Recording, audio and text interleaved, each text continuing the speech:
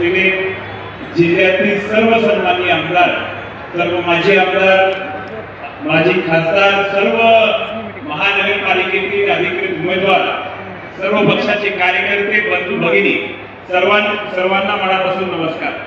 थोड्या वेळातच आदरणीय देवेंद्र भाऊंचं या ठिकाणी आगमन होणार आहे. त्यापूर्वी मी एवढंच सांगू इच्छितो की आता पंतप्रधान नरेंद्र मोदीजी सातत्याने सांगतायत की आपल्याला विकसित भारत करायचं आहे आणि ते भाषणात सतत उल्लेख करत असतात की 2047 मध्ये आपल्याला $5 ट्रिलियन इकॉनॉमी आपल्याला करायची आहे.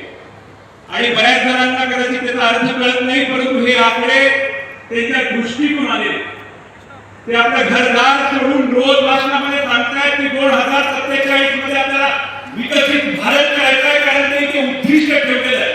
आणि अशा प्रकारचं उद्दिष्ट ठेवणारा पंतप्रधान पहिल्यांदा आपल्या देशाला त्या ठिकाणी दाखवला. त्यांच्याच पावलांवरती पाऊल ठेवून आदरणीय देवेंद्र फडणवीस साहेब हे महाराष्ट्राला दृष्टी देत आहेत. एक विजन घेऊन काम करणारं नेतृत्व त्या ठिकाणी महाराष्ट्राला झालंय.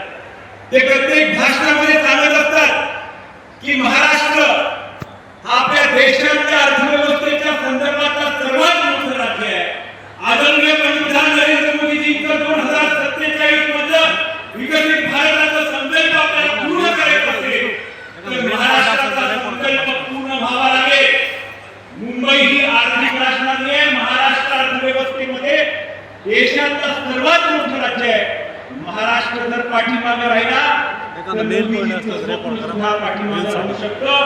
या कारणानं इथं उपस्थित तमाम जनतेनं आदरणीय देवेंद्र फडणवीस साहेबांचं जे 2047 विकसित